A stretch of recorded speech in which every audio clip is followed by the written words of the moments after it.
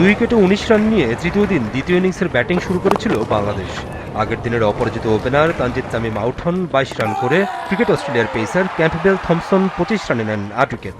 তাতে আর কোনো ব্যাটারি 2 অঙ্কের ঘরে রান করতে পারেননি। ক্যাম্পবেল আগের দিনের সাদমান ও মুমিনুলের সঙ্গে নেন তামিম, সৌম্য, মুশফিক, নাজমুল শান্ত, তাসকিন ও এবাদতের উইকেট। বাংলাদেশ অল আউট হয় মাত্র 54 রানে। ম্যাচে বাংলাদেশের প্রাপ্তি প্রথম ইনিংসে মেহেদী হাসান মিরাজের অপরাজিত 109 রান। ইনিংসে বাংলাদেশ যখন 110 রান তুলে 6 উইকেট হারিয়ে ধুঁকছিল, তখনই মিরাজের দারুণ ব্যাটিংয়ে ঘুরে দাঁড়ায় বাংলাদেশ। 141 বলে 11টি 4 ও 4টি 6 এই ইনিংস খেলেছিলেন মিরাজ, আর বাংলাদেশ করেছিল 263 রান।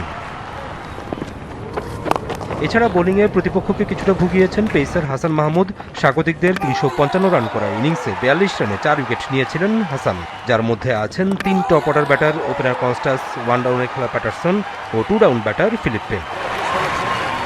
অস্ট্রেলিয়া ও বাংলাদেশের 2 টেস্ট সিরিজের প্রথম ম্যাচ শুরু 13 আগস্ট থেকে।